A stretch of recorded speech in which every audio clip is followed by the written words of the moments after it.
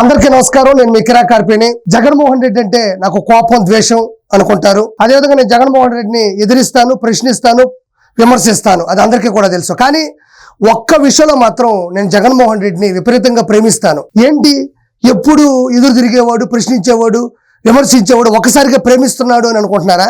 ఏమీ లేదండి. జగన్మోహన్ రెడ్డి నవరత్నాల్ని నెరవేర్చడంలో సఫలీకృతమయ్యాడు. అది మామూలు విషయం కాదు.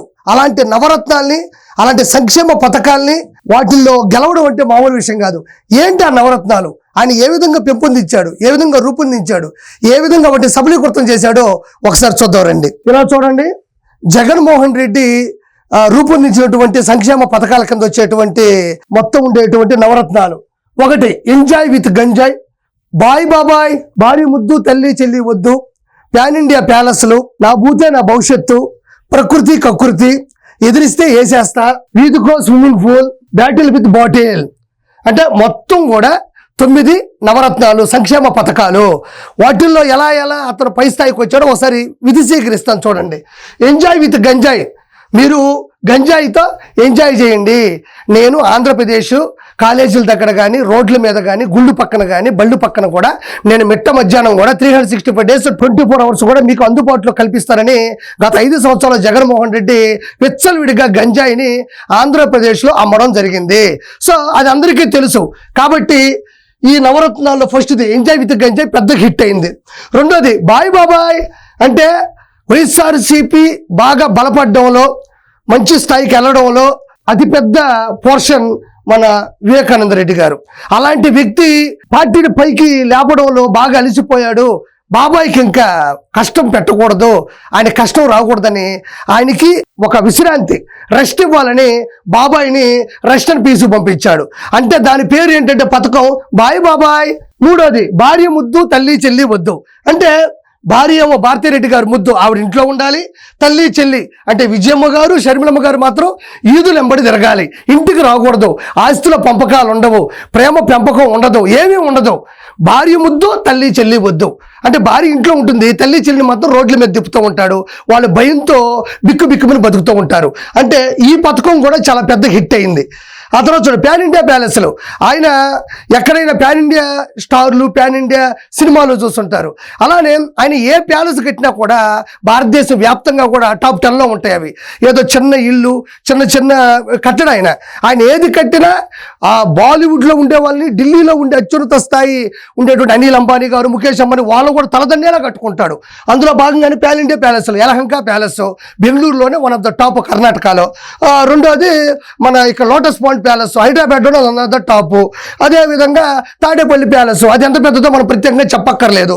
ఆ తర్వాత ఋషికొండ దగ్గర కూడా ఇంకో ప్యాలెస్ కట్టుకోపోయాడు. బట్ అది ఎలాంటి ప్రాబ్లం తెచ్చిపెట్టిందో మీకు తెలియదేం కాదు. కాబట్టి ఆయనకి ప్యాన్ ఇండియా ప్యాలెస్ అనే మంచి బిరుదు కూడా ఉంది. అదేవిధంగా ఆయన ఈ పథకం కింద కూడా ఎన్నో పెద్ద ఇల్లు కట్టుకున్నాడు. ఆ తర్వాత నా భూతే నా భవిష్యత్తు, నా భూతో నా భవిష్యత్తు కాదు, ఇది నా భూతే నా భవిష్యత్తు. అంటే ఇదిగో కొడాలి నాని, అనిల్ కుమార్ యాదవ్, పేర్ని నాని, రోజారెడ్డి, శ్రీరెడ్డి, వర్రా రవీందర్ రెడ్డి, అదేవిధంగా బోరుగడ్డ అనిలు, వీళ్ళందరూ కూడా భయంకరంగా టీడీపీకి సంబంధించిన వర్గాన్ని, నాయకుల్ని, స్త్రీలని చిత్ర విచిత్రంగా సభ్య సమాజం తలదించుకునేటట్టు బూతులతో తిడుతూ ఉంటే, ఆ బూతులు పడ్డ వాళ్ళు మౌనంగా ఉంటే పార్టీ గెలవడంలో ప్రముఖ పాత్ర అది వహిస్తుంది అని అనుకోవడం కోసం నా భూతే నా భవిష్యత్తు పెట్టాడు. ఆ తర్వాత ఆ భూతు వల్ల ఆయన భవిష్యత్తు ఎలా మారిపోయిందో మనం ప్రత్యేకంగా చెప్పనక్కర్లేదు. ఆ తర్వాత ప్రకృతి కకృతి, అంటే మీకు తెలియదే ఉంది, శ్రీవారి హుండీలో డబ్బులు ఎత్తేసాడు.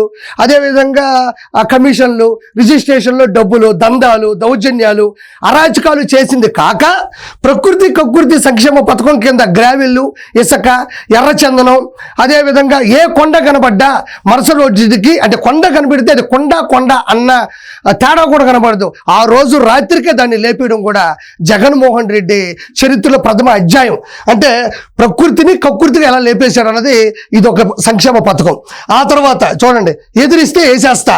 అంటే ఫర్ ఎగ్జాంపుల్ తోటా చంద్రయ్య గారు, అదేవిధంగా త్రిపులార్ గారు, అదేవిధంగా ఎమ్మెల్సీ అనంతబాబు డ్రైవర్ సుబ్రహ్మణ్యం గారు, దళిత డాక్టర్ మన సుధాకర్ గారు, ఈ విధంగా మీకు తెలియని అమర్నాథ్ గౌడ్ వాళ్ళ సిస్టర్ని ఏదో అన్నారని ఎదిరిస్తే వీళ్ళందరినీ కూడా ఆల్మోస్ట్ ఒక్కరిని బెదిరించారు, కానీ మిగతా అందరిని కూడా వేసేయడం జరిగింది.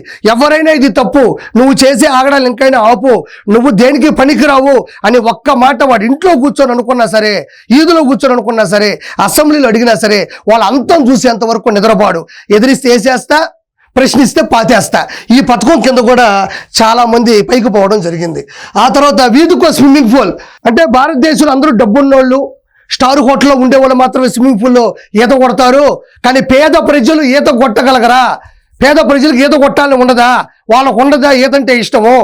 కాబట్టి నేను దానికి ఏం చేస్తానంటే రోడ్లు అన్నీ కూడా ఆపేసి రోడ్ల అభివృద్ధిని నేను దించేసి, బండ్లు పోతూ ఉండగా గుంటలు పడితే దాంట్లో డ్రైనేజీ నీళ్లు, వాన నీళ్లు ఇవన్నీ నిండిపోతే పేద ప్రజలు అక్కడికక్కడే నీళ్ళలో ఈత కొట్టాలనే పథకం కింద రోడ్లు కూడా ఆపేసి, రోడ్లు కూడా నిలిపేసి, ఎక్కడ కూడా ఒక చిన్న కాంట్రాక్ట్ వర్క్ కూడా లేకుండా చేసి మొత్తానికి పేద ప్రజలకు కూడా వీధిలోనే గుమ్మం ముందే స్విమ్మింగ్ పూల్ ఏర్పాటు చేసినటువంటి ఘనత మన జగన్మోహన్ రెడ్డిది.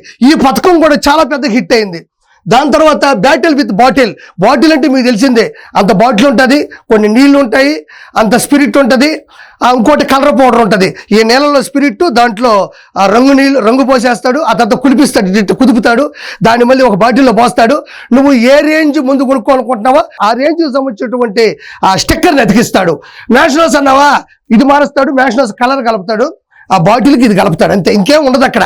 అంటే బాటిల్లో పోసినటువంటి నాసిరకమైన మందు చేత లివర్లు పోగొట్టుకొని, ఆరోగ్యాన్ని పోగొట్టుకొని, హాస్పిటల్లో ఐసీయూలో ఆరోగ్యంతో పోరాడుతున్న, అంటే మరణంతో పోరాడుతున్నటువంటి వాళ్ళు చేసే యుద్ధమే బ్యాటిల్ విత్ బాటిల్. బాటిల్లో ఉన్న నాసిరకం మందుతో ఆరోగ్యం పోగొట్టుకొని యుద్ధం చేస్తున్న వాళ్ళదే ఇది మెయిన్. ఇది కూడా బ్యాటిల్ విత్ బాటిల్. ఇవన్నీ మీరు గమనించారు. ఇది కానీ ఎంజాయ్ విత్ గంజాయ్ బాబాయ్, ఇవన్నీ కూడా ఈ నవరత్నాలు కూడా జగన్మోహన్ రెడ్డి సఫలీకృతం చేయడంలో, ఇందులో గెలవడంలో ఎలాంటి ప్రయత్నాలు చేశాడో చూశారు కదా. అందుకే నాకు జగన్మోహన్ రెడ్డి అంటే విపరీతమైన ఇష్టం. I love you Jaganmohan Reddy గారు. ఇలాంటి నవరత్నాలు ఈ ప్రపంచంలో ఎవరో ప్రవేశపెట్టలేదు, పెట్టినా ఎవరో గెలవలేదు, ఎవరో పెట్టాలని థాటే రాలేదు, దానివల్ల ఎవరు 11 తెచ్చుకోలేదు. సో ఒకసారి ఇవన్నీ కూడా చూడండి జగన్మోహన్ రెడ్డి యొక్క గొప్పతనం. అందుకే I love you Jaganmohan Reddy గారు.